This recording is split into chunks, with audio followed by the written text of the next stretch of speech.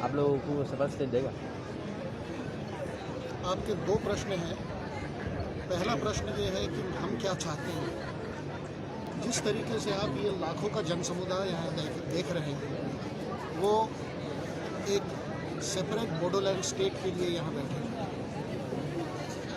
यहाँ के हर एक इंसान का मानना है कि जब तक इनका अलग राज्य नहीं बन जाता तब तक इनके समस्याओं को किसी प्रकार का कोई भी समाधान हो नहीं सकता।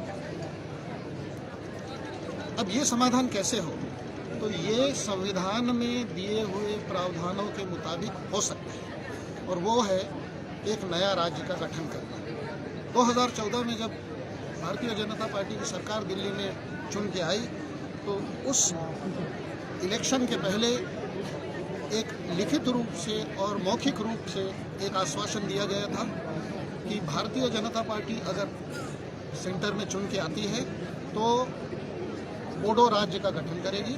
जिस प्रकार बोडो राज्य का गठन करेगी, उसी प्रकार से अलग छोटे छोटे विभिन्न राज्यों का भी गठन करेगी। ऐसा लिखित आश्वासन हम लोगों को विदर्भ में मिला, ऐसा लिखित आश्वासन त्रिपुरा में मिला, त्रिपुरालैंड के लिए और विभिन्न राज्यों। आज 4.5 साल का ज़माना हो गया है। 2019 का इलेक्शन अभी कुछ ही महीनों में आना है। भारतीय जनता पार्टी ने अपने आश्वासनों को तोड़ा है। 2019 के पहले आप लोगों का डिमांड पूरा नहीं किया तो क्या करेंगे आप लोग?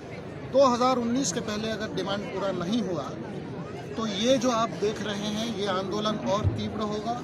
और मैं बता नहीं सकता, हम तो चाहते हैं कि कानून के तहत, संविधान के तहत आंदोलन हो, मांग पूरी हो, मगर अगर ये नहीं होता है तो ये आंदोलन और उग्र हो सकता है। विदर्भ के बारे में ट्राइपार्टिक हुआ है क्या?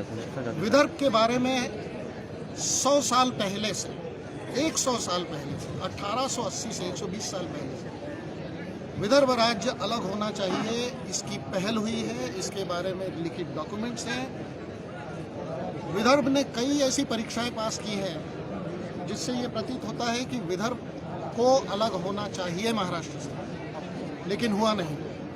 लिखित आश्वासनों के बावजूद हुआ नहीं। इसीलिए विदर्भ को टॉक्स पे अभी तक मौखिक रूप से किसी ने बुलाया नहीं है, मगर सभी जानते हैं, दिल्ली भी जानता है कि विदर्भ अलग होना चाहिए, और ये भारतीय जनता पार्टी की खुद की डिमांड रह चुकी है।